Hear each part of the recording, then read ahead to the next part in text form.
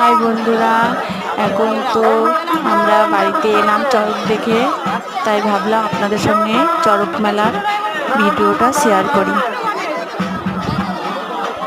নবদ্বীপ আমাদের বাড়ি ফাঁসিতলার ঘাটে চড়ক উৎসব হচ্ছিল, চড়কের মেলা।